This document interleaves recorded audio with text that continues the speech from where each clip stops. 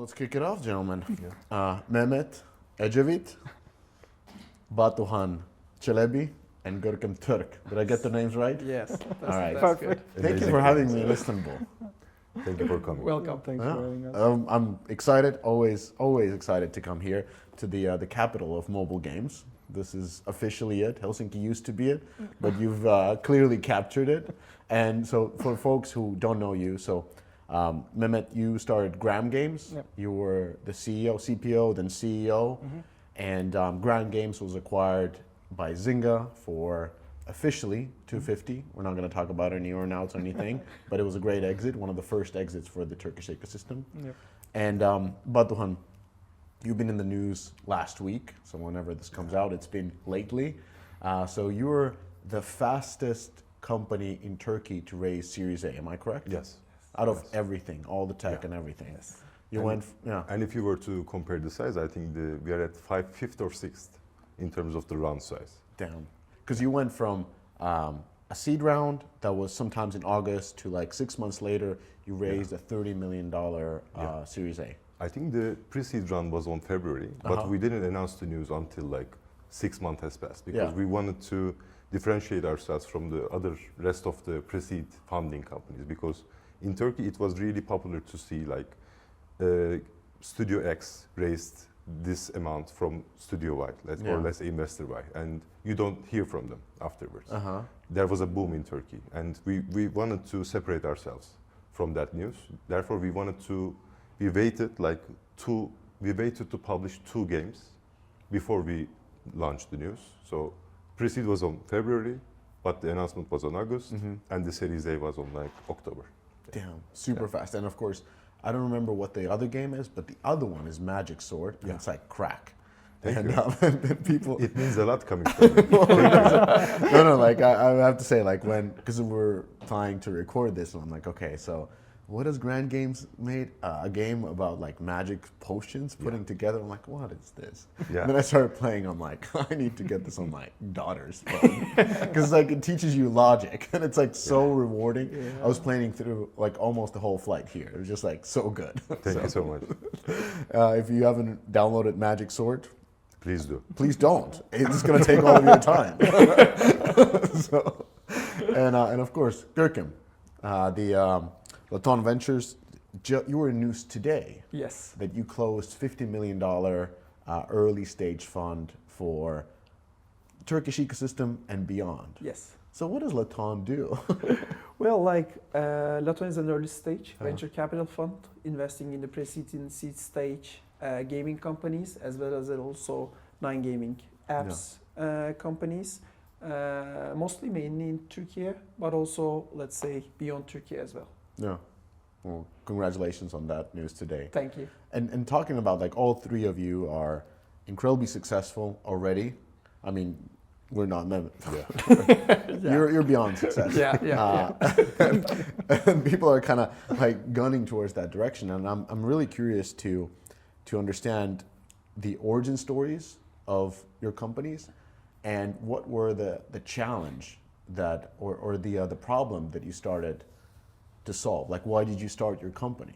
So, Mehmet, if we start with you. Yeah, thanks. I guess like when we built the company back in 2012, the mobile game was exploding. So there weren't many established like game mechanics like merging, match tree, that kind of stuff. Like there were lots of ideas. I guess since we were kind of like technical founders with my co-founders and the initial team, we wanted to. I guess the idea was to remove the guesswork from the game design, and like since we are technical guys, we just wanted to build a data-driven gaming company. So that's why we created this prototyping culture. Every Friday was all about prototyping. Like I guess in the beginning we were just like 5 or 6 people, but even when we were around like 100 people, 50 people here, 50 people in London, on every Friday we were prototyping. I guess I'm really proud of saying this in everywhere, but we were really happy to be able to kind of like kill around I don't know, like 30 or 40 games every month. Wow. Yeah. Hyper casual before hyper Yeah, casual. hyper. Like it was like I think we were the first company who coined that term as well, the hyper casual stuff. Like we were doing hyper casual kind of like games, like prototyping, because we were giving people just like a single day, 2 Fridays, just to finalize the game, and even the kind of like the button designer knew what retention was, because back then I know like right now it's not the case. The CPI wasn't a big problem. Like you were able to kind of like acquire like many people with a single dollar in every part of the world back then. So I guess like we wanted to kind of like build a data-driven company with a high data literacy, even like kind of like having the button designer or UI designer or the game designer knew what they want, what's the importance of day 1 to day 30 retention, while trying to keep the creativity as well, not killing the creativity. I guess that was the kind of like the driving factor behind our success, like from the early days of 1010 to all the peak revenues we did with Merge Dragons. That was the problem we tried to solve, I guess, at the beginning. Got it. So, unlike many gaming companies, you didn't start off with like creativity, but more with data. Yeah. And like being very technical. Yeah, it's a hard balance though, because like you have creative people, you can't just like, oh no, like green doesn't work because the retention doesn't say that. You have to give them the creativity, but you just tell them, okay, you want to kind of like turn this UI into, I don't know, like the purchase button, buy button into kind of like a green button. Just create a few variations and then put it onto an A/B test. You have the analytics guy here, and then you will see which color works best, because those kind of stuff were not established back then. Right now, like there are lots of from your blog posts, early blog posts, and like many other successful game companies, you can just like take a look. Okay, you have to put the most expensive package into the first place. The button should be, but back then I guess like we were always kind of like trying to establish a data-driven game development culture while trying to keep the creativity. Awesome. Well, Batuhan, what do people say about Gram nowadays? So I didn't know the 30 games a month. That's a lot. So that's amazing, but volume negates luck, right? So if you test everything, probably you are going to hit like a really great title. And it was amazing that I didn't know the strategy, so I'm really amazed. I'm trying to still process this. So what people are saying about Gram, if they're OG, like if they're like within the gaming for more than 5 or 6 years, so I think there is a huge chance that they're a fan of 1010. Because I was a fan of 1010. I played like really huge hours into this game. And I think Gram's success is like one of the igniting factors that also enabled Peak, Dream, and also this Turkey ecosystem. So, and we look up to Gram in terms of the company culture and also the structure. So, all good things. Does it, when you were starting off, like, I mean, you've had the rocket ship of rocket ships of a start. Yeah. Does it, when you have these successes in the ecosystem, like Gram, like Peak, like Dream, just to name a few, does it make it easier to kind of say, well, those guys did it. Like, I've met Mehmet. He's nothing impossible. Like, I can do it too. Yeah. Or is there that kind of a feeling, or like? Yes, I think so, because before, let's say, Peak, Gram, or Dream, we couldn't imagine the mobile gaming ecosystem that huge in Istanbul. So somebody doing it sets an example for later stage comers. And it was really inspiring for us to see what Peak, Dream, Gram succeeded. And it still is. It still is a huge motivation for us moving forward. Yeah. Well, tell me about the start of Grand. Like, how did you get started? Where did you come from, and before you blew up so quickly? So we are 3 founders, and all of us has been working on Good Job Games before. So we are coming from an employee background. Yeah. And the pains we had was actually from the pains that we were actually an employee at Good Job Games, and also any other gaming company in Turkey. I don't separate Good Job in terms of culture and otherwise. So the biggest pain we had was every game started to look like identical. So everybody was trying to emulate what Dream Games did in terms of trying to do match 3 puzzles or Toon Blast similar structures. And we were really we were really pissed that there is no product differentiation nowadays. And we are coming from an era that hyper-casual was booming. And every week you could see lots of different games, and you get to enjoy lots of different tastes. And this is the biggest pain we had. So in terms of strategy, we wanted to do something really different compared to any other mobile gaming company that is operating in Turkey. And the second biggest pain we had in terms of starting Grand was ownership. And this is huge for us in terms of culture and also values, because at Good Job Games or any other company that is successful and operational, founders really have huge says in what is going to do and what game we are going to do, etc. And we wanted to emulate the Supercell culture, which is like ownership of small studios, to Turkey, because this is a pain for us. We have seen what it can do in the long run. In short term, if there is a problem, founders tend to fix it. But in long term, it has consequences in terms of employee trust and also employee ownership. So we wanted to do this the long way, which is like Supercell's way, in my opinion. And if I were to summarize my answer, strategy and also culture is the biggest pains that we are solving as Grand. Strategy and culture. Yes. Tell me about the other culture of Grand Games. Like, is it decentralized in a way? Yes, it is.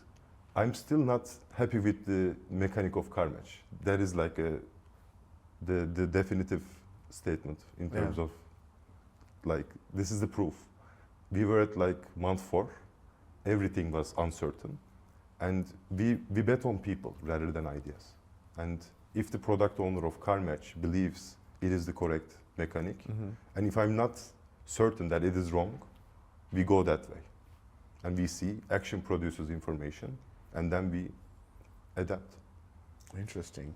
How do you balance that off? Like, because that's like, in theory, that's great, and that's how it should be. Decentralized command, you can make the calls, but in practice, usually, like now you don't have the problem, but when you have a finite runway, Yes. and every decision you make is either life or death in the way of the company. Yes. And so it's hard to give away that ownership, because in the end, if the company goes down, it's your fault. It is. How do you balance that? And how have you been balancing it? Yeah. Of, as you said, I don't make the call unless I'm certain it's wrong one. Yes. Like, how do you find the certainty that you need to interfere? So if it's like game changing in terms of life or death decisions, in terms of game design, I tend to discuss the idea.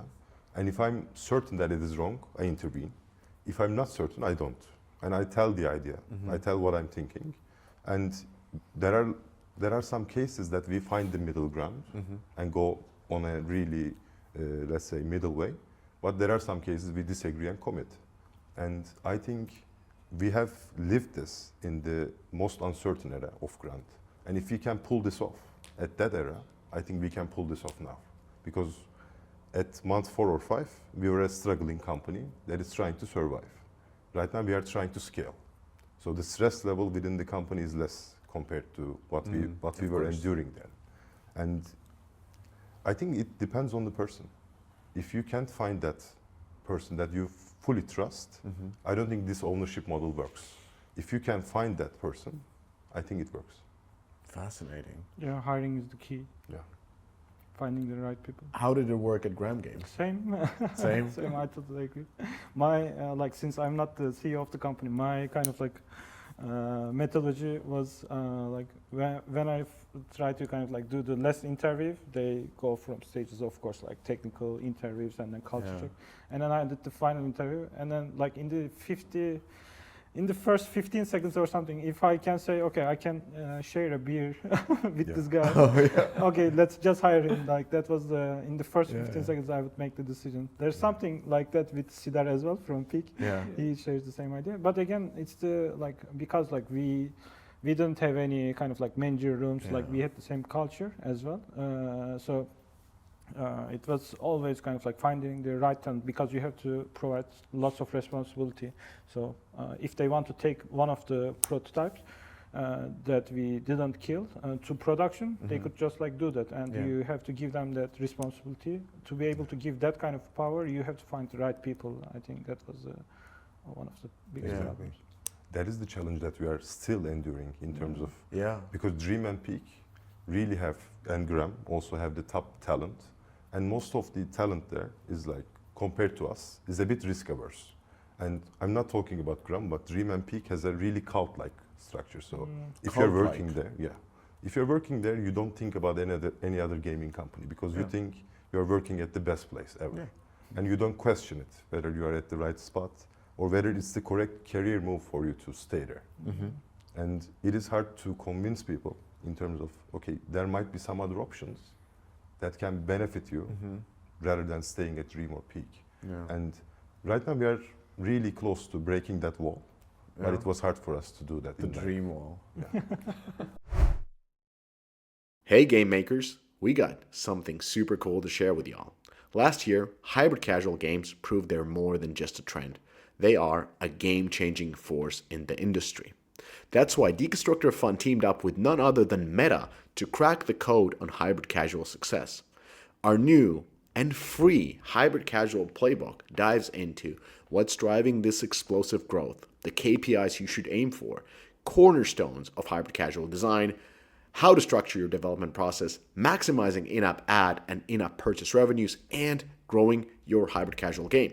Now, whether you're a veteran or just getting started, this playbook is your ultimate guide to understanding the market, perfecting the business model, and unlocking success. Download it now by following the link in the description below and level up your hybrid casual game today. Well, talking about other companies and leadership styles, like Görkem, you work with and talk with every Turkish studio. Is this typical or atypical, this sort of a decentralized command? I think it's a bit atypical, like the majority of the time. I think the standardized approach is just simply all the decisions are at the founder, which simply creates a bottleneck after some amount of time, because the company scales, team scale, number of decisions that the founder needs to give a single day is basically capped. That's why that I really, respect the approach of decentralizing the decisions like it is in Grand and it is in Gram.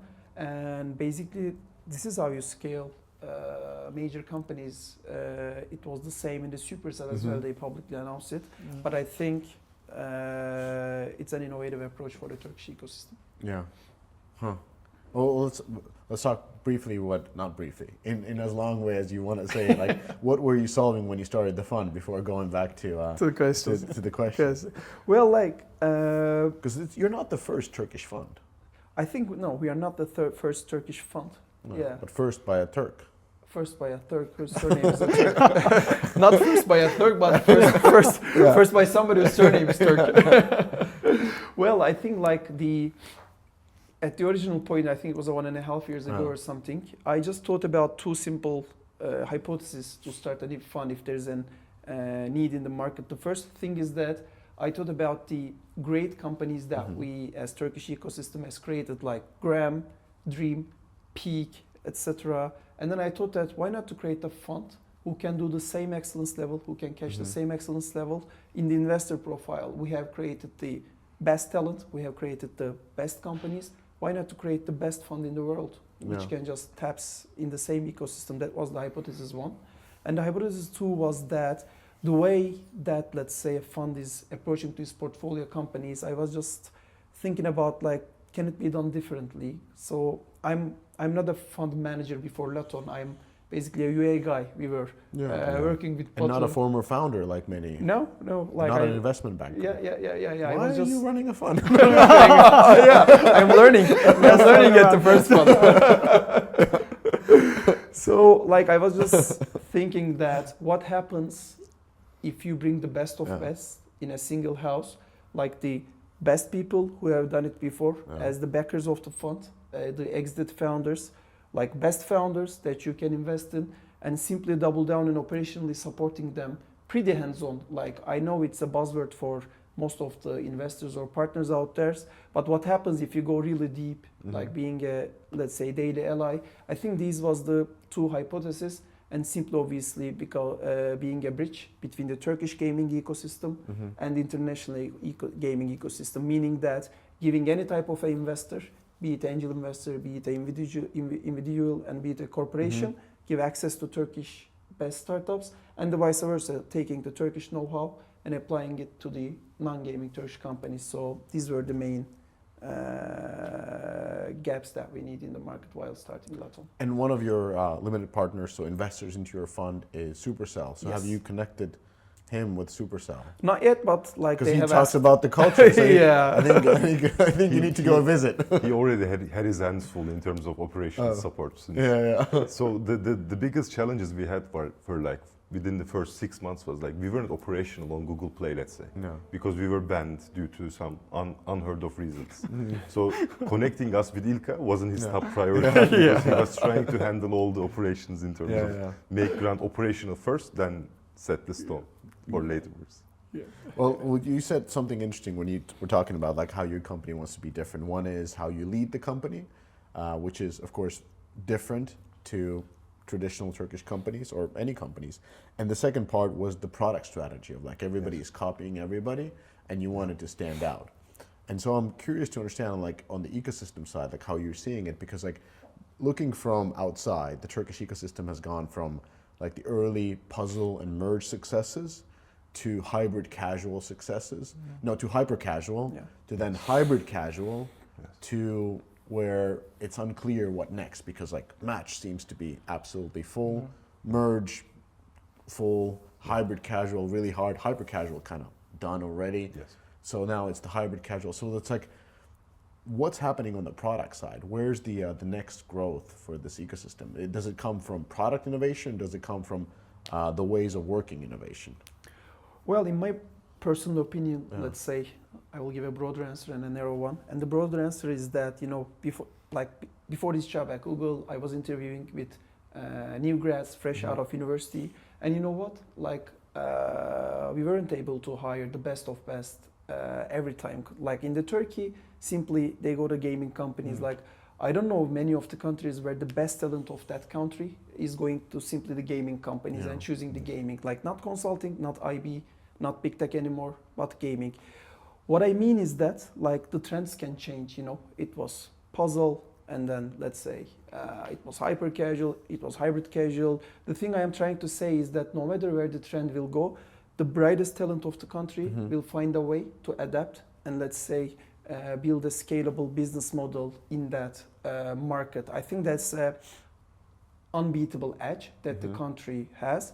If I just want to deep dive in the details, personally, I think Turkey simply is the best country in terms of puzzle know-how, like be it hyper, hybrid, full casual. I think we have best of best talents, know-how and experience in puzzle. And unlike the rest of the industry, I personally think that puzzle is way far away from being a red ocean. Like Grand has proved it recently. And then we keep seeing companies. I think there are plenty of areas that you can still innovate within the puzzle and scale. So I personally think that at least for the short term or let's say for the mid term, there are plenty of room to grow in the puzzle subgenre where Turkish ecosystem can do better than anywhere else. And Turkey has had like Steam hits as well, like BattleBit. Was Manor Lords done here as well? Yeah, Liar's Bar. Liar's Bar, Manor Lords. So it's like not only like there's plenty of Mehmet and Batuhan, how do you see this ecosystem evolving, like in terms of like product? You have been into the system much more than I am, so please go ahead. Well, Mehmet started an AI company you moved also to a different direction. Yeah, I think like with those experiences I had, and I'm also like trying to kind of like meet new people who are looking for like resources and like even some gaming companies and non-gaming companies. I think the way I look at the next like paradigm shift or the next era of the gaming is, I think it will be about like creating an experience for the user. So maybe I don't know, like it will be like the help of AI. So for example, I can just like give examples from like ground games because I know the data there. So people were waiting like 2 weeks for us to kind of like draw some new, I don't know, like the new eggs, new dragons, animating them. But like think of people just like getting into the game and like generating their own, I don't know, like dragon or egg in real time with AI or new technology. I guess like we are like this is the first kind of like the steps we see, but I think it will be of course like there will be some new mechanics as well. But since like the competitiveness of the market is kind of like building up, I think like it will not be just a new kind of like creating a new mechanic or something, but it will be about like connecting those mechanics in a better way to create like a great experience. So I think that's the case for the media as well. It's like right now, like people are kind of like trying new technologies, trying to invent new stuff. I think that will be the same for the gaming as well. Like we have seen paradigm shifts every 10 years, and we all already passed that 10th year threshold. I think we will see some new experiences coming to mobile gaming or non-mobile gaming, and that will be the winning strategy, I believe. I think you can back me on this, but like back then, 10 years ago, there weren't a lot of people that know Unity development, and there weren't lots of artists that were interested in mobile gaming and any other sector. So in terms of hiring, I think the pool has enlarged tremendously, but in terms of strategy, I think strategy and also excellence within the product, I think the bar has risen. So I think it's impossible to hit a, let's say, amazing title with hyper casual quality now. I think the bar has risen to hybrid casual level at minimum. But hiring is like, in terms of pool, grow tremendously. So we are probably going to see lots of new gaming companies moving forward, and I think the best is yet to come in terms of Turkey. Well, you mentioned that best talent goes into gaming. Why? Step into the future of game monetization with Xsolla, the premier partner for game developers seeking to expand their reach and revenue. Xsolla provides a robust suite of tools designed to enhance user acquisition, manage subscriptions, and streamline payment solutions worldwide. Unlock new markets and maximize profitability through their customized, secure payment architecture and dedicated support team. Xsolla, powering game developers to achieve global success.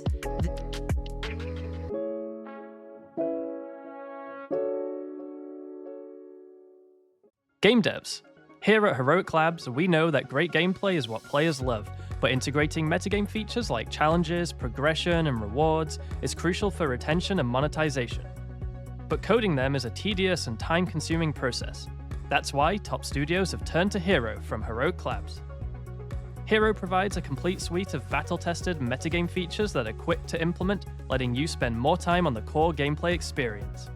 Ready to ship fully featured, engaging games? Check out Hero today at heroiclabs.com. Good question. I think there are few answers to that. The first one is that people simply want to co-work with the best. So I think like the best talent in the university simply goes to gaming, and they see their, let's say, fellow friends and so on. They just want to operate in an environment where, let's say, smartest people operate at. I think the second one is that there isn't any other vertical, at least as far as I know, in Turkey, is that statistical wise give you that, let's say, ambition or hope that like at the very young of an age, you can make a huge amount of money with a very scalable business model. Like it's not about just money, but like you can just make a huge success story with a, let's say, monetary reward in a relatively very young age. And I think another reason, at least in my opinion, is that sector is one of the few sectors that Turkey is simply best at in the entire world. So if you're at the heart of something, which is the heart of mobile gaming in Istanbul, why not to go to anywhere else? Like if I were to go to college right now, I would also choose simply gaming. Yeah. Why not to go anywhere else? You know where the best people, developers, like statistical people, were going, like coming Before? from the best, like universities before gaming? Private equity. No, make another guess. Ah, Banks. banks. Well, Yeah. it's kind of the same. Like there were some kind of like they were doing some events to Yeah. hire the best people, and I was like with them with some of the events, and we were just like trying to tell them, oh, the banks have no future Yeah. in terms of kind of development. Come work with us. You love gaming. We Yeah. kind of like create games. Like that was the case. That was the alternative in Turkey, because people were just like kind of like Yeah. doing that. And they were thinking that, okay, that's the kind of like the top for a developer. Right now it has changed, and I'm really proud of kind of like people working on different stuff. I understand totally where it comes from, because like, you know, growing up in Finland and being in a business school and then like looking for my next career, for me gaming was also the thing, because it's either that or like it's not even that, because I was thinking about like what to do as I graduate, and as you said, banking or consulting, but you'd be working in your own country. So Yeah. it's not, so it's like you're selling beer in Finland Yeah. or like Nordic, where you're like, Yeah. or like you're not there where they make the big brand decisions. All the big global brands are somewhere far. And in gaming, if you're really good in gaming in Turkey, you're the best in the world. Yes. And the entertainment that you create is automatically global, and it's scaled everywhere. And so I wanted to kind of like ask the question of like, probably with you, Mehmet, like how has your view of scaling changed over time? Because when you started early on and you scaled your company, how do you look at scaling right now, company scaling? I think like the reason why like Turkey became the gaming hub was like people treated the constraints as advantages, like whether knowingly or not. Because like, as you know, like before Laton, there were not kind of like specific game-specific kind of like VCs who were interested in that kind of stuff. So I guess like scaling a company, like back in my time, I think I can say that after 15 years maybe, I guess there were lots of kind of like challenges scaling the company. Of course, like accessing to resources like smart money, and also kind of like getting like into good networks like with app markets and like these big companies back then, Facebook and like Google. We were spending huge money there. I think it was the biggest part, but I guess the biggest struggle we had was like hiring during the scale. So we talked about it kind of like earlier, but I guess in 2015, after we saw that 1010 had, I don't know, like 30 or 32% day 30 retention, we said, okay, like now is the time, let's double down to kind of like hire the best people. Because we didn't know how to find and kind of like hire the best people and kind of like utilize them and get their potential out. I guess we went from 15 to 45 in 2015. I guess that was the biggest kind of like the problem. Looking at the companies I mentor, I see that problem even nowadays, scaling a company, because scaling a product, whether it is a gaming like game, mobile game, or I don't know, like a product or a hardware, it's not all about kind of like hiring like more people and then like creating more products or creating more features or developing more features. I think it's trying to establish a new culture while keeping while keeping the people happy in the company. Because when you are scaling a company, you are trying to establish a culture while getting more people inside, and you don't have an established culture. So for example, in our kind of like work agreement paper, people were signing it's forbidden to drink anything alcohol, like consume alcohol in the office, but we had a full open bar. Those kind of stuff like were kind of the thing we were trying to kind of establish, but we weren't ready for it. For example, I know what's the case right now, but we didn't have stock option. We were kind of trying to do phantom shares. Even after we did the exit with Gram Games, people didn't have any signed stock options. We just gave them our word, and then we gave them lots of money. So I guess money on the back of the on the back door, okay. They all they had was our kind of word for them. Okay, when we did an exit, we will give you money. Really? That kind of stuff. Somebody like, Mehmet, you promised. Yeah. Oh, I forgot. Sorry. When? Yeah. I guess even with those kind of problems, scaling is the biggest struggle we had with scaling was the hiring. Increasing the headcount while trying to keep the culture we were trying to establish. But the one you're scaling now, right? Yeah, and this is the exact problem that I feel that we are experiencing because, like you mentioned, you opened the discussion with this. So you raised the fastest Series A round. Yeah. Even though it's a blessing, it has also a curse side because we have to grow really fast. And since our culture is based on ownership, we can't really grow team size that huge amount. So we have to keep the team small, ownership large. And that is going to be the biggest challenge for us moving forward because marketing is, in terms of basics, it's spending money and earning money. It's basic math. So in order to create the value that can scale is the biggest problem that companies should focus on. So, and that all ties up to hiring and hiring the right people, not over-hiring or not under-hiring, and also trying to keep the balance between studios as well.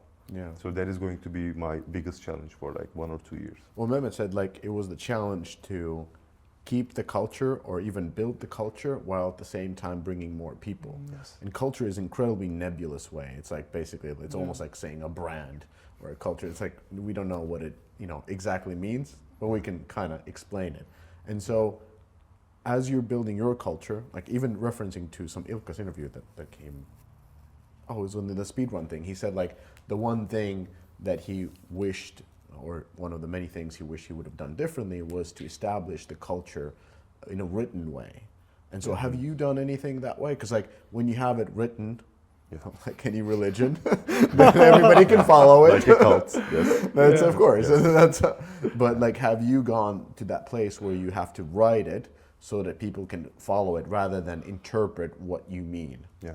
Right now, our culture is how we behave each other. So, as founders, we try to establish the good communication that is required in order to egoless communication in terms of moving forward. And also, I think culture is set in stone after people are trying to emulate what you are doing. And I can see that when we were only 15 people doing the Series A round. So we added we expanded the team 8 people after the Series A round is complete, and I'm trying to establish that with the new headcount now. And once I feel I'm secure in terms of everybody's established the culture and everybody's embraced it, I think I can enlarge the team. But my KPI is if the behaviors between Mehmet and I and Görkem and you are similar, and if they are similar, that's okay. And if we were to, let's say, move into the new office, which we are still trying to do, we are probably going to write some values in terms of where everybody can see. Yeah, or not even values, but whatever it is. I read the Mr. Beast had written it was very much in his way, and the Nike has the same thing where Phil Knight wrote quickly of what he means to run this company. So that's kind of in your plans. At some point, you'll see that people are not listening to you, then you go to a room and then you write quickly and then just nail it on the wall. But Phil Knight also mentions that he overdid it, right? So he wrote 100 values. I think that's a bit too much. I think you have to keep it 5 to 6 in order for the remembrance and also embracement. So I can't remember 100 values myself. Yeah, of course. I'm not expecting anybody to do that as well. So we are probably going to keep it low in numbers, but high in meaning. So fascinating. And a culture book and everything. Yeah. Grand. Yeah, Shudo. Big fan. Görkem, you're seeing many companies scale. and you're hoping naturally that every company that you're a part of scales incredibly fast. Like, what kind of what learnings are you seeing in what works and what can be done better? Because like this is the most challenging thing is when the company scales. Like it really is. Because one thing I just remember because I get to talk to founders often. I was talking to this American founder.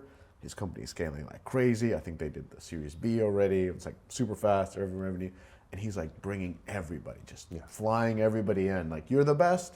Come here. I'll fly you, and like you'll get part of this rocket ship. And I was just thinking, wow, what a hard times to build a company culture where you're just flying all the best people, building a Real Madrid over there, but everybody has their own ways of working. If I bring the best engineer from that place and the best designer from that other place, like they're strong individuals who probably want to work in their own way. So anyways, just kind of thinking of like the challenges of scaling, even if you're growing super fast and have infinite money. Yeah, I think it's really one of the main challenges. It's a smooth balance of effectiveness and efficiency, right? Like you shouldn't be too slow, you shouldn't be too fast, like you should be just right.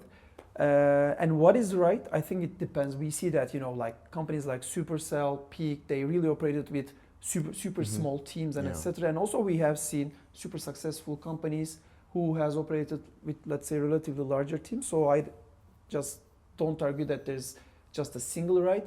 But I think you just, as a founder, you just need to define your own right, which maximizes the effectiveness and efficiency. And you should be just, let's say, in that cadence. What I see, like one of the main, let's say, not in terms of just scale, but in general, one of the main challenges that I have seen, I think in almost, like, I have worked with more than 50 or 60 founders in the past 6 years in my former and current capacity. I think like the main mistake that I solve is that sometimes founders question themselves either too soon or too late. I think that questioning, whatever you are doing, scaling the company, product strategy, whatever that important decisions for that time being, it shouldn't be too, let's say, soon, because you need to give enough commitment and time to yourself to experiment that strategy. And it shouldn't be obviously too late until it's too late. So what do you mean in like questioning yourself? Like imagine that like you feel the efficiency is decreasing in the company, or imagine that product simply doesn't work. Like KPIs are not there, you are burning money and etc. I think like, and you are the guy. If you don't have a sellish culture, we were just discussing about people are, let's say, giving their own decisions, but imagine that it's a typical company where founder is giving all the decisions. I think like you should basically simply cut the rope, whatever is going right. Not too late, not too soon. I think like the more problem I see in the Turkish founders is too soon. Give up too soon? Not give up. Not quit too soon. It's not giving up. Like they never give up. It's not in the dictionary. Don't give up, quit. Quit too soon, but like never try give new up. thing. Like let's open the second cell. This thing is not gonna work. Like let's make the plan B, double the OPEX, double the headcount. Give up, it's not give up. Like even the money is off, it's not give up. Like it's refill for the Turkish founders, but I think that's one observation I have. But I think it's embedded in our culture, because it is common for us to have high expectations, and people with high expectations tend to have low resilience. And with low resilience, I think resilience matters in success, and it is in our culture to enjoy the road and also trying to reach to point A to point B. So it really matters a lot. For example, for CarMatch, the process of understanding the level design took us 6 months. And we were really close to, let's say, killing the game, but going over that journey really taught us much compared to, let's say, Magic Sword Day 1 was 55 when we launched the game. So we didn't learn anything from Magic Sword, but with CarMatch we did learn, and it is a really blessing for us to go through that path as well, because I don't think it's fair to, let's say, assume everything going to be great. And for a startup, it is crazy to assume that, because lots of days are not that bright in terms of results. So we learned the process way. But do you doubt yourself? I do doubt myself every day, by the way. So I'm not sure if it's too late or too soon. Yeah. We'll see. But I think questioning yourself can be a curse and also a blessing as well. So I'm not trying to second guess everything that I do. Yeah. I'm just trying to make sure that we make the right decision with the limited data that we have at that time. How do you push forward? Because like it's a pretty natural question, because most people doubt their decisions, and especially because it takes time before you see whether this whether I'm on the wrong path or the right path, or whether I should switch. So how do you kind of on your day-to-day kind of like build the confidence that what you're doing, even though it's not working, is what you should be doing? So we try to separate the two motivations. One of them is external. So the external motivation is if a game succeeds. So we get validated from the users. And we try to find an internal motivation as well. So which is like, for Magic Sword, it was making the best water sword game ever in the genre. So even if the game failed, we knew we have succeeded in terms of the art and level design, also the product overall look and feel. So if the in-app purchase bet for Magic Sword failed, we still find peace in terms of fulfilling the internal motivation that we had. And if you combine it with only external, I think burnout is inevitable, even though the success comes. So what we do is we try to mix internal and external. Wait a minute, if you combine it with external, burnout is inevitable. If you only focus on external, burnout is inevitable. Meaning like external validation. Yes, exactly. Interesting. What do you think about that, Mehmet? Yeah, I guess that was the same for us as well. In the early days of Merge Dragons, 1010 was just like, because it was the ad-driven revenue model, it was kept to an extent, of course.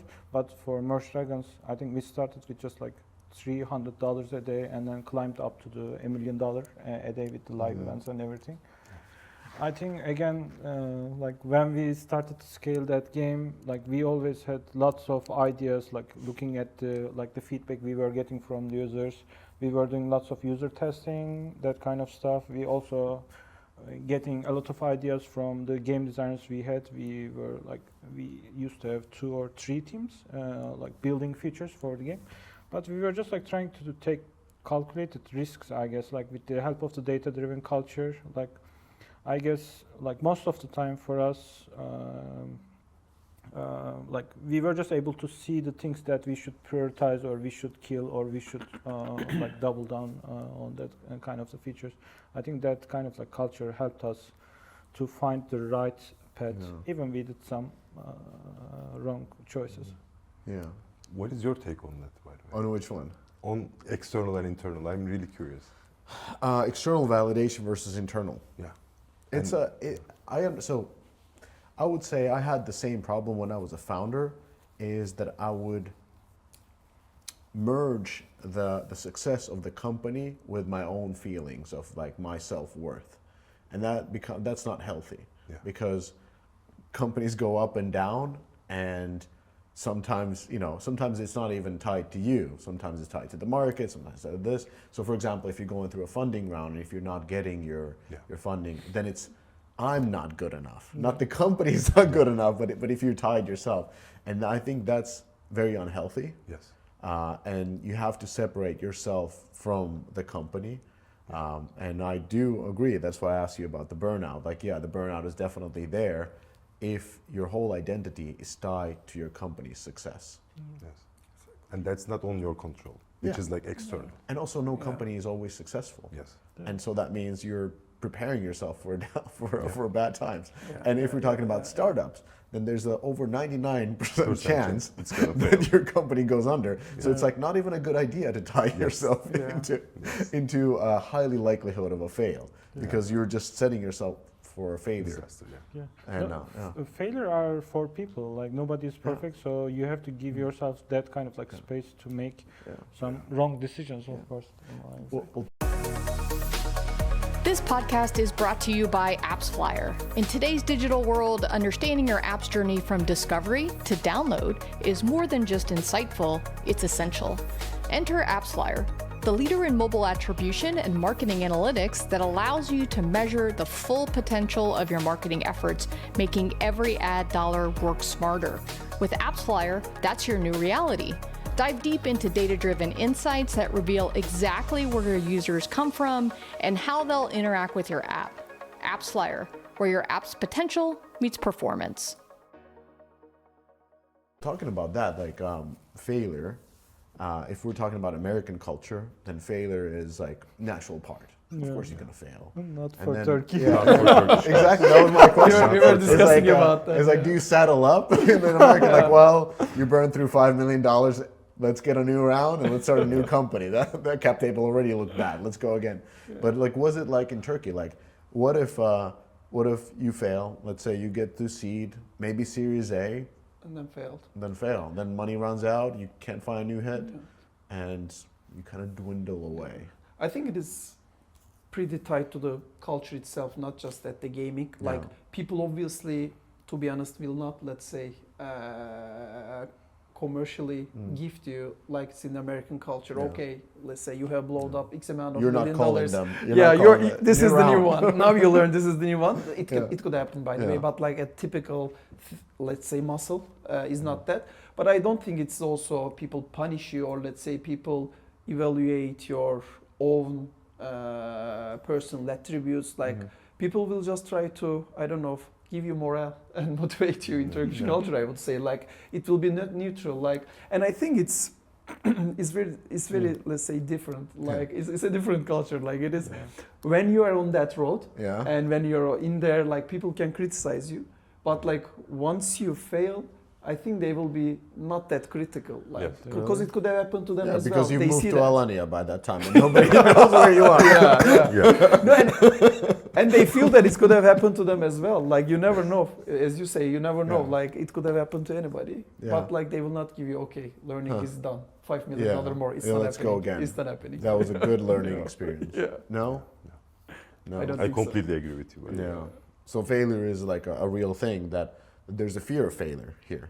Yes. Yeah, definitely. Like you do everything not to fail. When you fail, you try to hide it, and that's the same thing in our culture. Like even when you fail at a class, you have the same stuff at school. Like that's what your culture kind of like teaches. Hide your like insecurities, failures, and that kind of stuff. So it's really hard. And also one other thing about our culture is like we take everything personal. That's very healthy. When you have, I think that was one of the problem we had. Like we had around like 45 people in London, and then we were kind of like giving our kind of like Turkish people, okay, like. He did say that. He said that level you designed didn't kind of like work, and it created some issues. But it's not about you. It's about the level. So you don't have to kind of like get into a discussion or kind of like stop talking to him. So it's just about the game. It's just a game. So after that discussion, you can still have a beer. Like don't take it personal. That kind of stuff. It's one of the kind of like disadvantages we have, but also it's sometimes a blessing. Like the things I said, like sometimes you treat this kind of like stuff, constraints, and like the cultural heritage kind of stuff into kind of like in a good way. Yeah. Everything good has its cons, and everything bad has its pros. Like if there's a true fear of failure, then people don't give up. That's because you have to go till the end. Well, I'm curious to, like, Mehmet mentioned some of the sort of constraints or the downsides. What other downsides there are in the Turkish ecosystem? Should I take? If you want, you have to take it. I need to take. Be political. I will be political. Well, like. Nothing. We work too hard. Since we have so many good funded studios, obviously, Turkey is, by the way, for the record, I have just checked the data before coming here from Crunchbase for 2024. Like for the gaming sector, Turkey was the most dollar invested country in the entire gaming for pre-seed, seed, global Series capital of the world. Number of deals, all the capital is simply number one. So we have the capital. and this capital is trying to hire limited number of people, meaning that like there is a 90 million Turks and they're trying to hire. you know, like, wishfully like all of them are working for gaming. So this way they are. Yeah, there's a supply demand, let's say, discrepancy in the hiring stuff. So that's one challenge and disadvantage about the industry. Batuhan obviously can comment better. He's just experiencing it every day. Yeah. That's one thing. Like there is so much money, and there is, let's say, limited amount of talent. So hiring, let's say, bottleneck is one challenge. And I think the second challenge, if you would, let's say, call it challenge, but it is something, some fact. Since we are so good at casual, and since we are so good at innovating around casual puzzle, somehow market is, let's say, concentrated around casual puzzle. It is good. Again, as an investor, I will double down on this. I like this. I think it's I don't think like it's the data. It is the biggest, let's say, subgenre in the mobile, and there is still, let's say, plenty of areas to go in there. But still, I think if we are betting on this industry to be the main, let's say, startup path of the country, I think somehow we need to learn how to innovate, how to be, let's say, bold in trying something different as well. That's also a challenge. Let's put like concentration in a single specific genre, in my opinion. Yeah. What do you think, Batuhan? So in terms of Dream and Peak's success, in terms of the Blast and also Match 3 genre, I think it had its rippling down effects with the other, let's say, gaming studios in Turkey, because I think it is also common in our culture to, let's say, find the easy path to success, trying to find that easy to shortest path to success. And what most of the gaming companies saw was, okay, Dream did this and they really got successful. So if we were to, let's say, do the exact same thing, we're probably going to be successful. But I'm not sure if this is like the right strategy in terms of, because this is the feeling-based sector, let's say. This is not really in terms of if you copy the same structure and also the same methodology, I'm not sure if it's going to work. You have to make the gameplay and also the feeling part also perfect. And I think it made its effect on Turkish ecosystem by making the product differentiation really small due to the huge successes of Dream and Peak. And it is going to change. I hope so. I hope we will be the, let's say, top of the industry in terms of trying out new games, and we can be the example for the other newcomer gaming studios to test something different, fail, that's okay. You're probably going to fail at Match 3 also, so fail at something that is going to take guts and also take some risk. This is our approach, and this is helping us, by the way, as of now, since this is the current ecosystem in Turkey.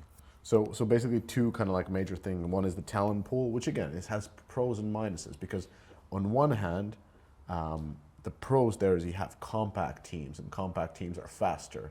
And so the speed that Turks release games is insane. Much faster than somebody else using AI. You've already shipped and pivoted by the time they're getting their first market tests in. And then on the other hand is the product. It's like, yes, you're expert at casual and casual puzzle games especially, but then it brings volatility because you're only expert in one, kind of one big category with its subgenres, but haven't moved forward. And the talent pool is also a challenge because like you can't grow your team sizes too big because you're used to working in smaller teams, and there's a restraint on how much talent you have. And because you have compact teams, that limits you from going towards other genres that need more people, whether it's social casino or strategy or RPG. All those are really man-heavy development. So kind of asking there, like, how come you haven't, why is the talent pool so small? Like, can't you draw talent from outside Turkey? Attention app and game developers. Are you ready to unlock the secrets behind the world's top performing apps and games? With Sensor Tower, you get the ultimate competitive edge, whether it's breaking into new markets, fine-tuning your UA strategies, or boosting monetization. Dive into data like never before. Track global trends across app stores. Analyze market-leading in-app purchase and in-app ad strategies. and benchmark your performance with real-time insight. The best part, Sensor Tower doesn't just deliver data, it helps you turn it into action. With intuitive tools and expert analysis, it's everything you need to make smarter, faster decisions. Thousands of app and game studios, from indie creators to global giants, trust Sensor Tower to help them win. So why not you? Start your free trial today at sensortower.com. That is sensortower.com.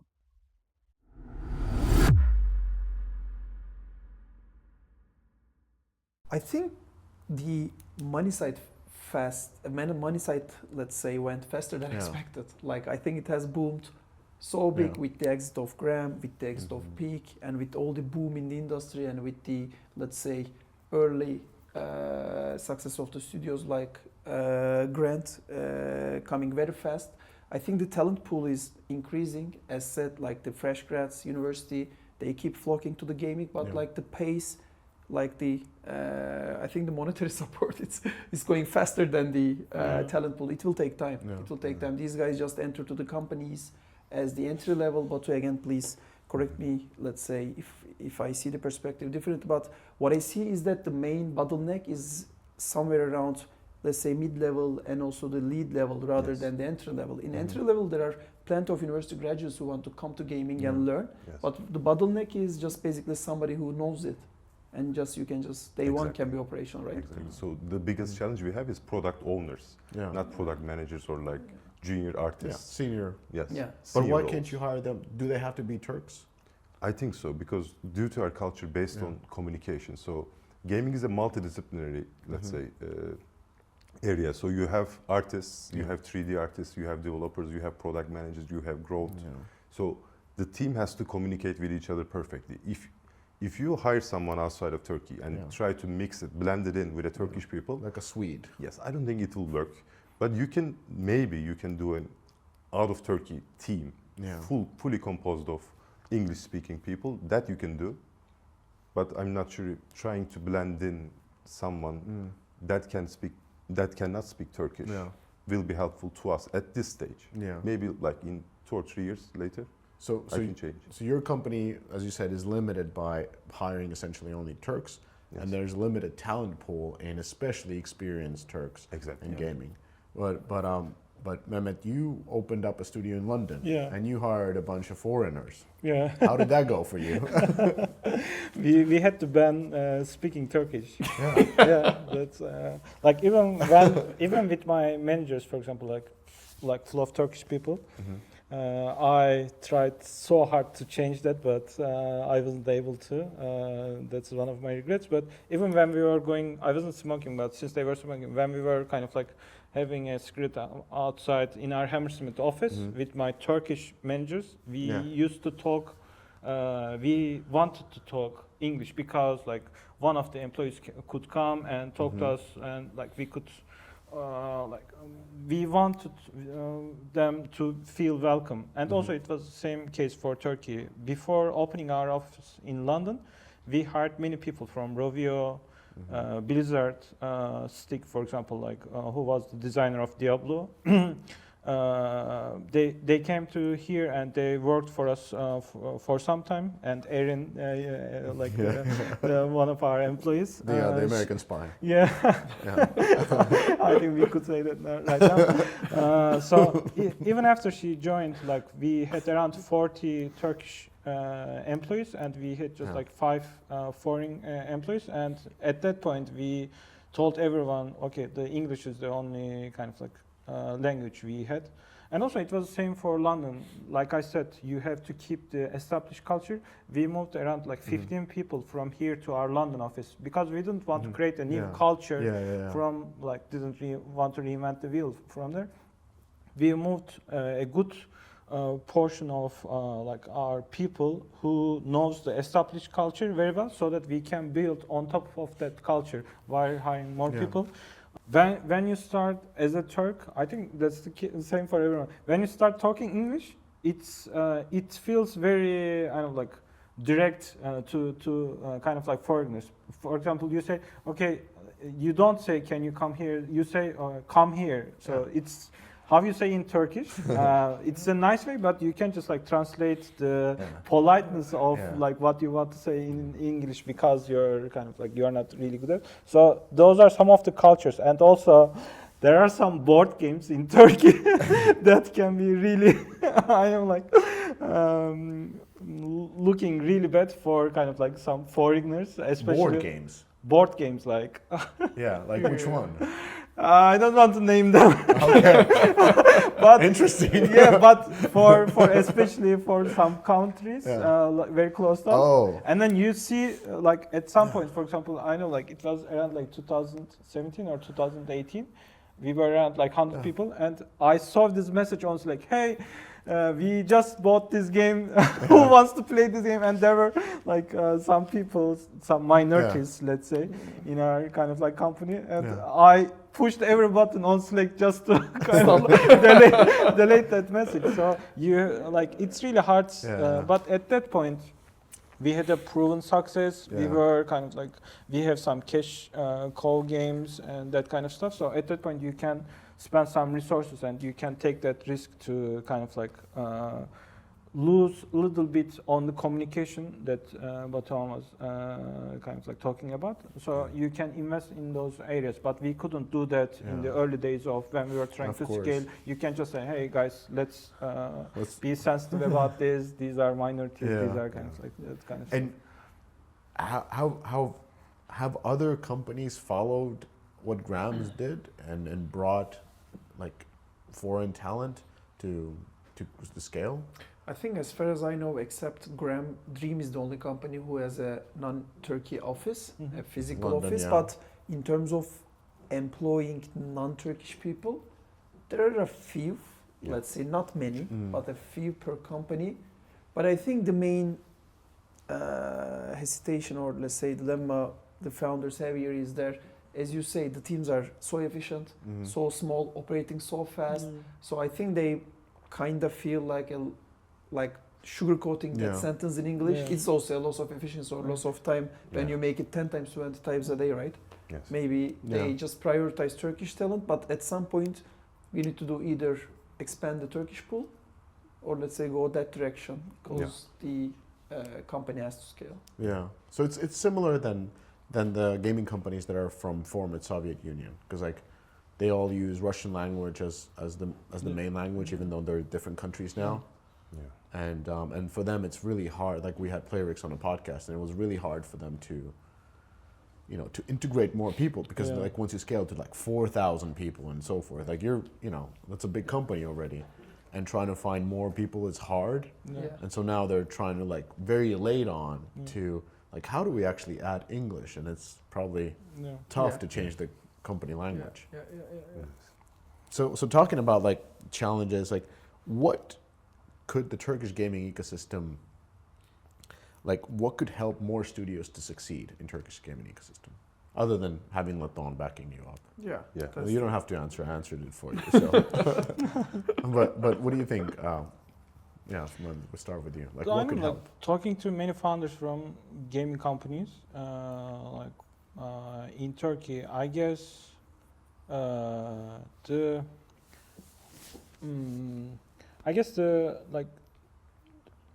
they should really find some mentors, like guidance, get from them, like learn from their experiences. So it's not just kind of like getting some smart money and hiring the best people, but they also have to find a balance in their kind of like work, how they manage the company, how they, as you know, there are lots of dramas going on with the Turkish founders. I'm sure that's the same for the rest of the world, but here, because we take everything personal, I think like on top of all of those kind of like problems, scaling the company and that kind of stuff, I think they should it helped me a lot. Like I had many kind of like mentors who helped me with lots of stuff. I think like since we have money right now, thanks to some specific VCs focused on gaming like that, and we have some like much more talent like compared to 10 years like before. I think like those are the areas that people should take into consideration, like especially the founders. So that they can have a better vision for how to scale the company, how to kind of like find the right money and make the kind of like the see the long tail of this game. I think that's one of the issues I see. So that would really help the companies to like succeed because.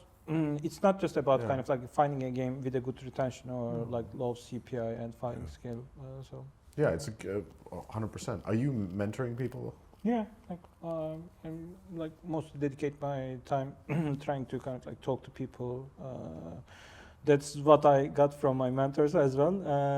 To give it back. None of them kind of like accepted any retainers or anything. They were just kind of like trying to help me on some of the ideas, whether it was an accountant problem or a founder's kind of like fight or that kind of stuff. And that's the same. I'm trying to give it back to the founders. That makes me really kind of like happy. Yeah. And he's, let's say, generous enough to offer his support to Laton portfolio companies as well. Oh, he comes as a bonus? It doesn't need our bonus.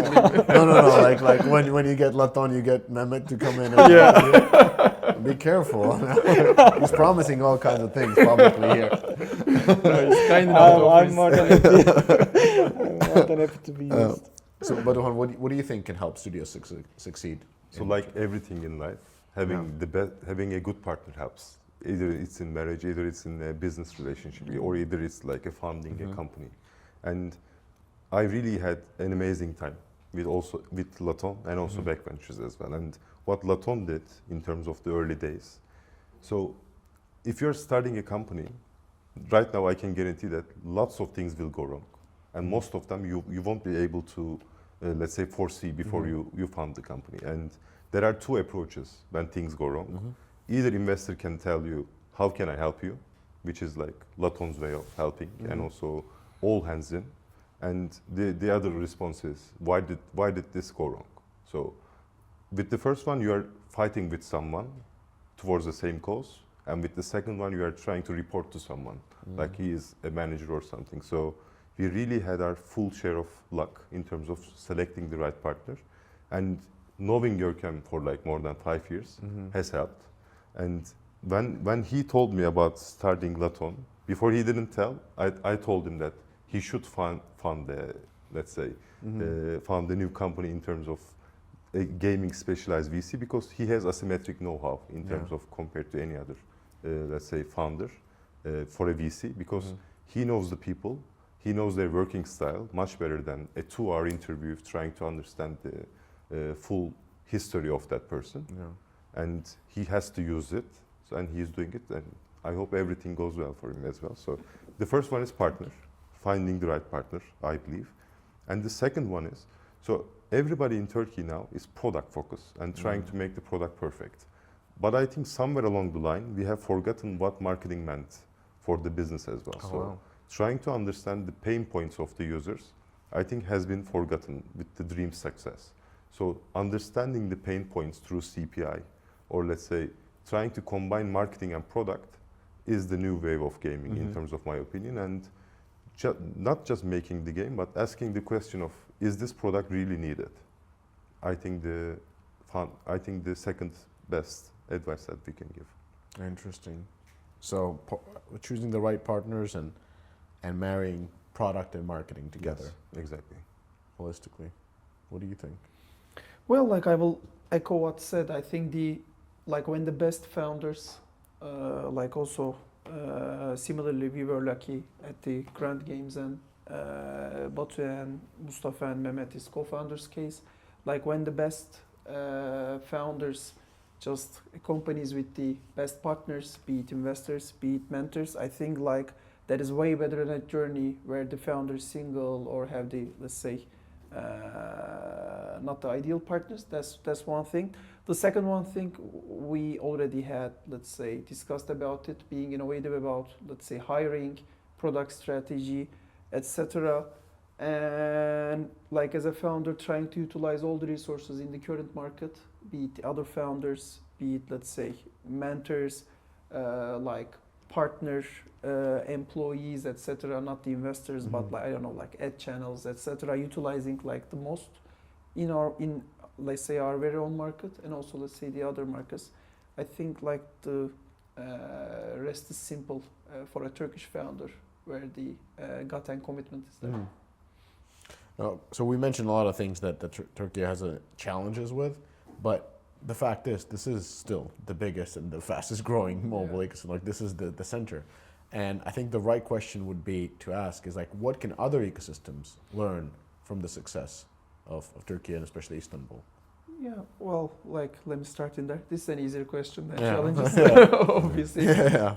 Well, like I was, let's say, we have joked about it, but let's say this never give up is really at the DNA of Turkish people. Like, I don't know if it's something teachable or let's say learnable, but like I didn't see any founder who simply gave up, who simply, let's say, gave up the journey. That's one thing.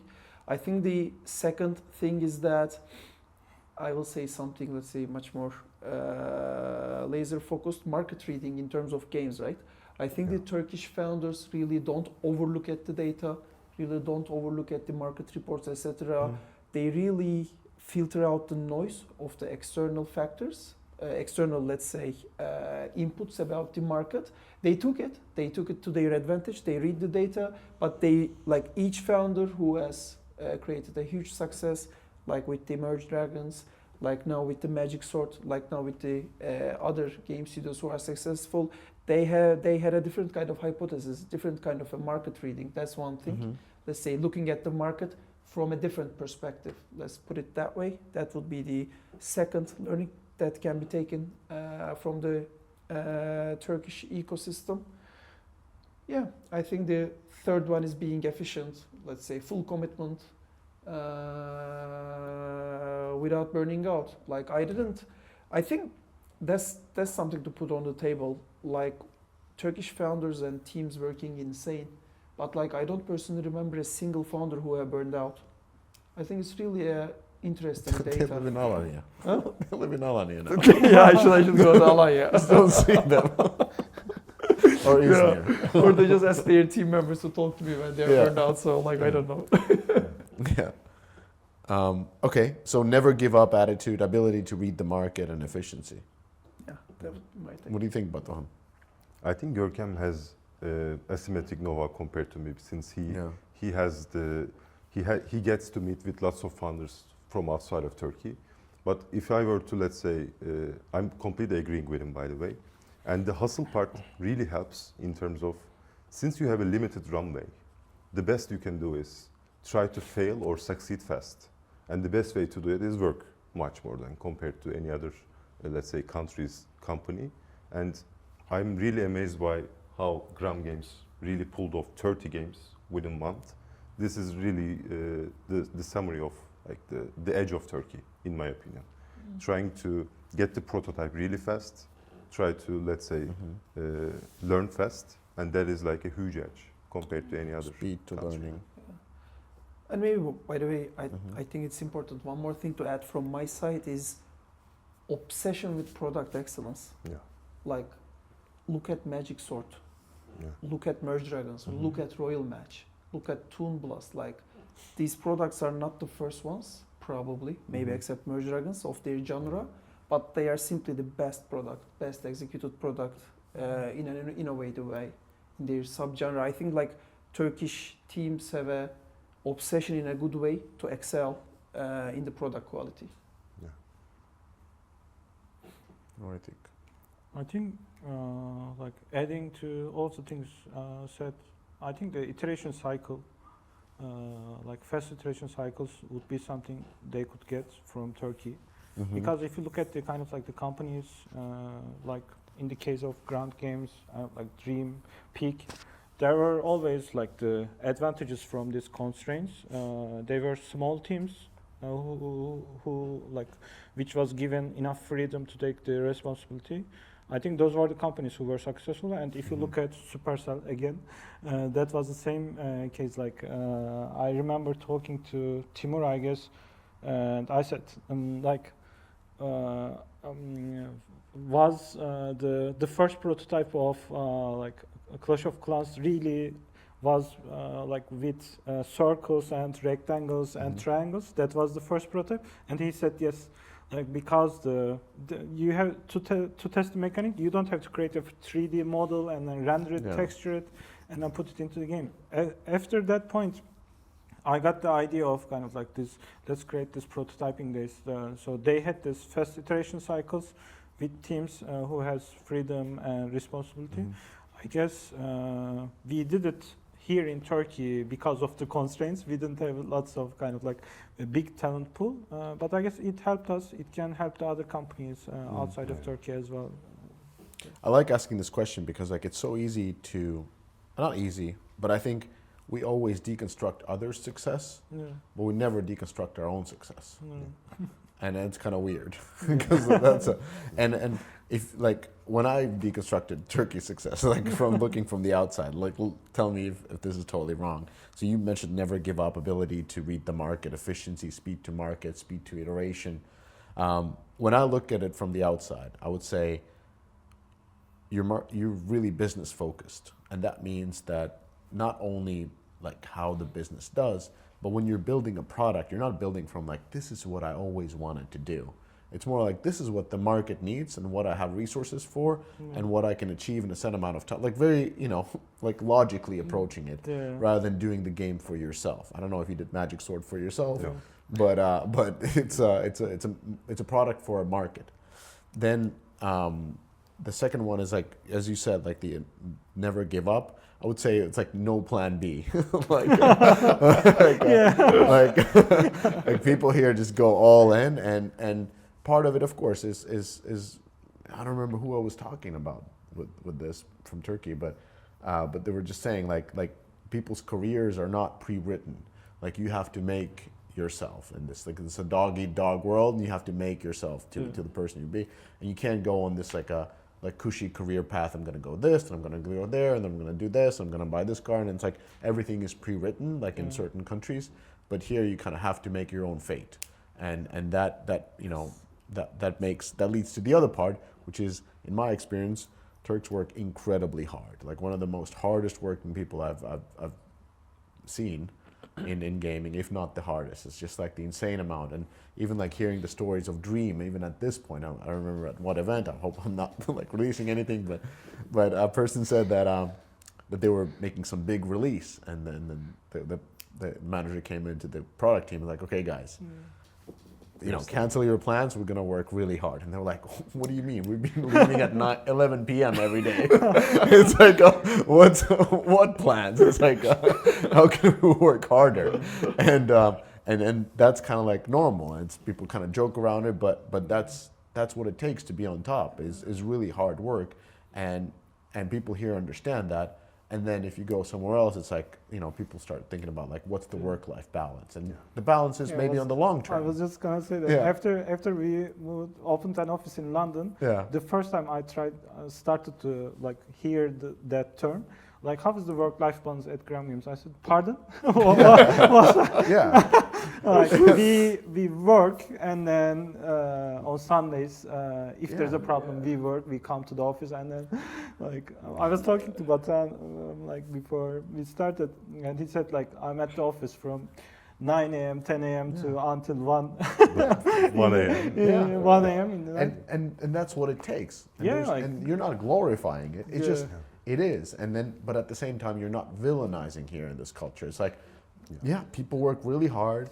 It's not like you invest into it, it's not what you always want to do, but what you have to do. And so there's no point in And complaining about it. They enjoy it. Well, you know, yeah, you can, but later on you enjoy not doing it. So it's but and the work-life balance comes maybe throughout the years, but you have to put the work in. And also, there's no other way of kind of like having the success. Like you have to work as much as you can, like as efficient as you can. Like it's Exactly. it's not a 9 to 5. That's the formula, you know. Yeah, and then the last part that I would say that you didn't mention was that the one of the success factors that I see is the teams, like the companies and the teams are homogenous. Yeah. And we oftentimes say like diversity is really important, and it is. Diversity of mind and so forth is important, but you've, as you know, as Chinese teams and some others have been able to build quite remarkable products, very homogenous teams. And there's nothing to it. Like this is how you like to be, and it creates faster, more compact team. But homogenous is your advantage at this point. Exactly. Yeah. Okay. Well, you don't disagree. So all right. So last question. What do you think the gaming ecosystem in Turkey looks like in the next 3 years? Like 5 is too hard. 5 is too But hard. 3 is like barely at the limit. We'll go with you last. Last. Because this is what you think about. Let's start with Batuhan. Yeah. So I think there will be more and more companies like us in terms of moving forward, and I hope, that is my wish, and we reach a state like where we can be mentioned with the same sentence with peak dream type of type of companies. So we are trying to set a monopoly in terms of hiring the best talent, providing them ownership and stock option of equity, and there will be more and more companies that share the same backstory with us, which is like employee-backed, employee turned into founders, and they're trying to test something new. And I only think it's going to move upwards with Dream's success, with Peak's new title success, with us and Agave and also other new coming gaming companies trying to climb their way up to reach their state. I think the ambition level is much higher compared to like 5 years ago, and the talent pool is still growing, and the pool is, in terms of new grads, is huge right now. So I'm thinking of like 3 or 4 great companies, which is like unicorn status, and also 5 to 6 really promising companies in the future, in the next 3 years, let's say. Nice. Mehmet, what do you think? I think like we will see much bigger acquisitions in the upcoming like 3 years. Like all of the money that was kind of like received by Turkish gaming companies, I think it will turn into like really great titles with like great mechanics and like great live ops. I think we will have a solid place with all of our kind of like Turkish gaming companies, games in the top charts. And I think hopefully like those acquisitions will really help like to kind of like make the make our place much better and much sustainable in this kind of like being the gaming capital. That's what I see basically. Do you expect a big exit in 3 years? Yeah. 3, Yeah. probably. Yeah. He's invested in all the Not- local not- funds, so he better expect. We all do. Not just Dream. Like I'm sure like Dream will make an exit, but I think like you, there are lots of kind of like very promising, like very kind of like great companies doing great stuff.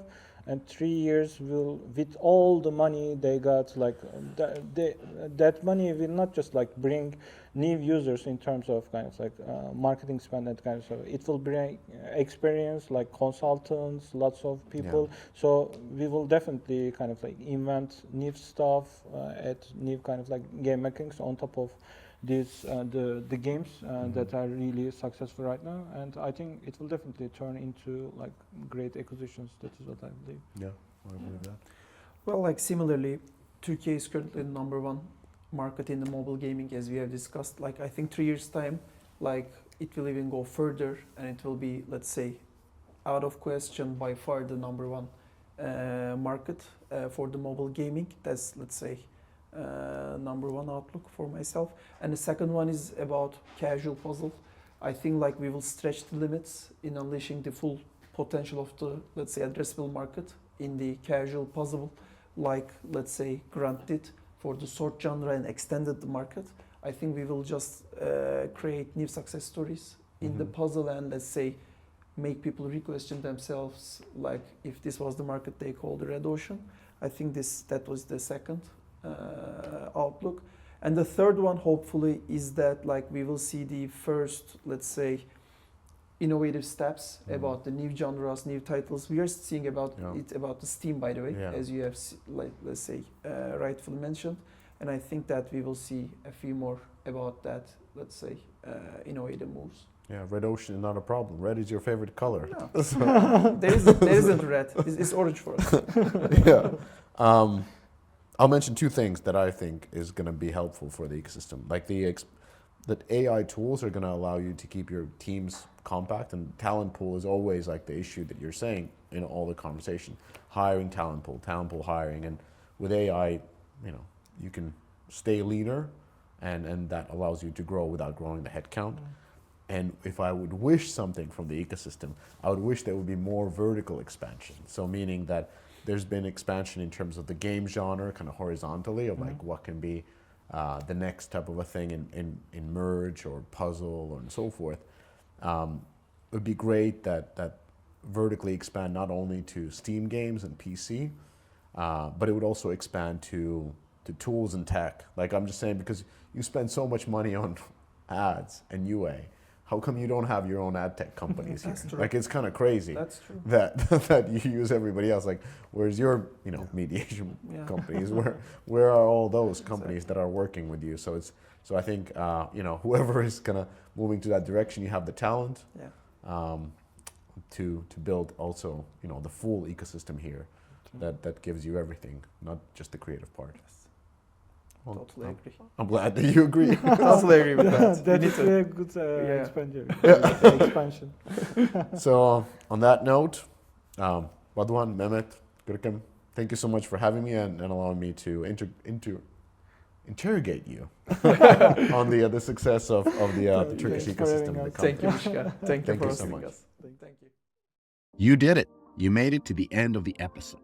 As a fan of the show, it would help us out if you'd subscribe and leave us a review on the podcast service of your choice. Those stars and likes, while a small action on your part, mean a lot to us and help to grow the show. More importantly, are you a member of the Deconstructor of Fun Slack group? If you have 5 years or more of games industry experience, go to deconstructoroffun.com/Slack and apply to join. Join the games industry best professional community filled with peers always willing to lend a hand, or subscribe to our newsletter to get all the latest insights from the Deconstructor of Fun content creators. Thanks for listening.